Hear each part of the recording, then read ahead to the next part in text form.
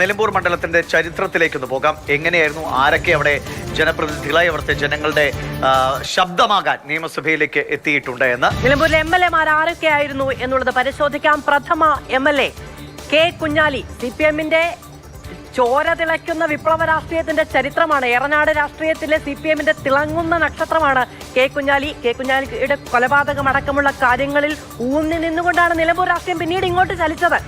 അങ്ങനെ 1965-ലും 67-ലും അദ്ദേഹം നിലമ്പൂരിൽ നിന്ന് ജനപ്രതിനിധിയായി എത്തി. ഇപ്പോൾ പോലും കെ കുഞ്ഞാലിയുടെ മരണമടക്കമുള്ള കാര്യങ്ങൾ പലപ്പോഴും ചർച്ചാ വിഷയമായിട്ടുണ്ട്. ചരിത്രത്തിൽ അതുവരെയോ അതിനുശേഷമോ നിലവിലുള്ള ഒരു MLA കൊല്ലപ്പെട്ട, അത് രാഷ്ട്രീയ ഏറ്റുമുട്ടലിൽ കൊല്ലപ്പെട്ട, ഏറ്റുമുട്ടൽ എന്ന് പറയാമോ എന്നറിയില്ല, അക്രമത്തിൽ കൊല്ലപ്പെട്ട ഒരു ചരിത്രം കേരളത്തിനില്ല. അങ്ങനെ നഷ്ടപ്പെട്ട കെ കുഞ്ഞാലിയുടെ മരണമൊഴിയിലടക്കം പറഞ്ഞിരുന്ന പേര് ആര്യാടൻ മുഹമ്മദിന്റേതാണ് എന്ന് CPM പറയുന്നു. പക്ഷെ പിന്നീട് ആര്യാടൻ മുഹമ്മദ് കളമാറ്റി ഇപ്പുറത്ത് മന്ത്രിയായ ചരിത്രമുണ്ട്. അങ്ങനെ പല രാഷ്ട്രീയ ചേരുവകൾ ചേർന്നതാണ് ഏറനാടിന്റെ ആ രാഷ്ട്രീയ ചരിത്രം. അങ്ങനെ ആര്യാടൻ ഒന്നാം പ്രതിയായ കേസാണ്. പക്ഷെ പിന്നീട് വെറുതെ വിട്ടു. ശേഷം ഗോപാലനെ കുത്തിക്കൊന്ന കേസ്, അതും ഗോപാലനാണ് അന്ന് കെ കുഞ്ഞാലിയെ കൊന്നത് എന്ന് വാർത്തകളുണ്ടായിരുന്നു. പിന്നീട് ഗോപാലൻ കൊല ചെയ്യപ്പെടുന്നു. രാഷ്ട്രീയ ആക്രമണത്തിൽ ഗോപാലൻ കൊല ചെയ്യപ്പെടുന്നു. അങ്ങനെ രാഷ്ട്രീയത്തിൽ നമ്മൾ പലപ്പോഴും കാണാത്ത നിലയിലുള്ള അക്രമ സംഭവങ്ങൾക്ക് ഒരു കാലത്ത് നിലമ്പൂർ സാക്ഷ്യം വഹിച്ചിട്ടുണ്ട്. പിന്നീട് സമാധാനത്തിന്റെ പാതയിലേക്ക് തിരികെ വന്നു. കോൺഗ്രസ് സ്വതന്ത്രനായി MP ഗംഗാധരനാണ് അവിടെ നിന്നും പിന്നീട് 70-ലും 77-ലും ജനപ്രതിനിധിയായിട്ട് എത്തുന്നത്. തുടർന്ന് അതിനു ശേഷം ആ ഒരു നിയോഗം എന്നത് 1980-ൽ കോൺഗ്രസ് U എന്ന നിലയ്ക്ക് മത്സരിച്ചപ്പോൾ C ഹരിദാസനായിരുന്നു നിലമ്പൂരിന്റെ ശബ്ദമാക്കാൻ ജനങ്ങൾ തിരഞ്ഞെടുത്ത നേതാവ്. മൂന്നാമത്തെ MLA. 10 ദിവസം മാത്രമാണ് അദ്ദേഹം MLA ആയി തുടരുന്നത് എന്നുള്ളതും വളരെ കൗതുകകരമായ ഒരു രാഷ്ട്രീയം. അത് ആർക്ക് വേണ്ടിയായിരുന്നു എന്നുള്ള, ആര്യാടന് വേണ്ടി അദ്ദേഹം ആ സ്ഥാനം ഒഴിഞ്ഞു കൊടുക്കുന്നു. പിന്നീട് ഒരു ഉപതെരഞ്ഞെടുപ്പിലൂടെ സാക്ഷാൽ ആര്യാടൻ മുഹമ്മദ് നിലമ്പൂരിന്റെ സാരഥിയായി എത്തുകയാണ്.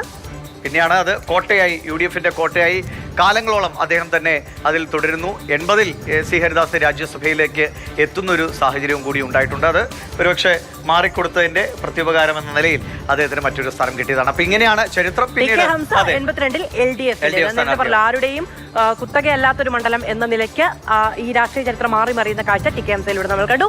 പിന്നീട് ആര്യാടൻ മുഹമ്മദ് വരികയാണ്. ആര്യാടൻ മുഹമ്മദ് പിന്നീട് തുടർച്ചയായ വർഷങ്ങൾ, നമ്മൾ നേരത്തെ വർഷം എണ്ണി പറഞ്ഞു, തുടർച്ചയായ വർഷങ്ങളിൽ ആര്യാടൻ നിലമ്പൂരിന്റെ MLA ആകുന്നു. അതിനുശേഷമാണ് PV അൻവറിന്റെ ഒരു ഇങ്ങോട്ടേക്കുള്ള രംഗപ്രവേശവും അതൊക്കെ എങ്ങനെയാണ് നിലമ്പൂരിലെ രാഷ്ട്രീയ രംഗത്തുണ്ടാക്കിയ മാറ്റങ്ങൾ എന്ന് നമ്മൾ കണ്ടതാണ്. 80-ൽ നായനാർ സർക്കാരിൽ മന്ത്രിയായിരുന്നു. മന്ത്രിയാകുമ്പോൾ MLA അല്ല. തുടങ്ങിയ ഒട്ടേറെ രാഷ്ട്രീയ പ്രത്യേകതകൾ കൂടി ആര്യാടൻ മുഹമ്മദിന്റെ രാഷ്ട്രീയ ജീവിതത്തിൽ ഉണ്ട്. നിലമ്പൂരുകാർ അത് കണ്ടതുമാണ്. അങ്ങനെ കോൺഗ്രസിന്റെ ഒരു കുത്തകയായിരുന്നു, ആര്യാടൻ മുഹമ്മദിന്റെ കുത്തകയായിരുന്ന മണ്ഡലത്തെ സ്വതന്ത്ര പരീക്ഷണത്തിലൂടെ LDF സ്വന്തം ചേരിയിലേക്ക് എടുത്തുവെക്കുകയായിരുന്നു. ആദ്യഘട്ടത്തിൽ വിജയിക്കുന്നു, 2016 വിജയിക്കുന്നു, 2021 വിചാരിക്കുന്നു ഇനി എല്ലാ കാലവും PV അൻവർ ഇടതിന്റെ കോട്ടയിൽ, ഇടതിന്റെ സുൽത്താനായി വാഴും എന്നുള്ള രാഷ്ട്രീയ ചിത്രം അപ്പാടെ മാറിക്കൊണ്ടതാ പുതിയ രാഷ്ട്രീയ വിവാദങ്ങൾ വരുന്നു. ഇടതിന് പുറത്തുപോയെന്ന് മാത്രമല്ല, കേരളത്തിന്റെ മുഖ്യമന്ത്രി ആരും പേരെടുത്ത് പറയാൻ പോലും മടിക്കുന്ന തരത്തിലുള്ള ആരോപണങ്ങൾ കൊണ്ടല്ലേ പിണറായി എന്ന സൂര്യൻ കെട്ടുപോയി എന്നൊരു പരാമർശം അടക്കം നടത്തിക്കൊണ്ടാണ് PV അൻവർ മറ്റൊരു രാഷ്ട്രീയ കളത്തിലേക്ക് ചുവടുവെച്ചത്. അതിന് മാസങ്ങൾക്ക് മുമ്പ് വരെ പക്ഷേ പിണറായി വിജയനെയും അല്ലെങ്കിൽ ഇടതുപക്ഷത്തിന്റെ സൈബർ പോരാട്ടങ്ങൾക്കൊക്കെ നേതൃത്വം നൽകിയ ആളാണ്. മാധ്യമങ്ങളായിട്ട് വലിയ തോതിൽ ഏറ്റുമുട്ടലൊക്കെ നടത്തിയ ആളായിരുന്നു PV അൻവർ. അദ്ദേഹത്തിന് ജയ് വിളിച്ചുകൊണ്ട് സൈബർ പ്രവർത്തകർ ഒരു വലിയ സംഘവും, അതെ, കർണൽ സുൽത്താനായിരുന്നു. പക്ഷെ അതെല്ലാം ഒറ്റ ദിവസം കൊണ്ട് അത് ADGP അജിത് കുമാറിനെതിരെയും ഒക്കെയുള്ള സുജിദാസിനെതിരെയും ഒക്കെയുള്ള ആരോപണങ്ങൾ അങ്ങ് പുറത്തു വന്നതോടുകൂടി വേറൊരു രാഷ്ട്രീയ സാഹചര്യത്തിലേക്ക് അൻവർ ചൂടുവെക്കുകയായിരുന്നു. ഇനി ആ രാഷ്ട്രീയ സാഹചര്യമൊക്കെ അൻവറിന് ഗുണമാണോ ദോഷമാണോ ചെയ്തതെന്നാണ് നിലമ്പൂരിലെ ജനങ്ങൾ തീരുമാനിക്കാൻ പോകുന്നത്. ശരി, ഇതാണ് വിശദമായ നിലമ്പൂർ ചരിത്രം പ്രേക്ഷകരോട് പറയാനുള്ളത്.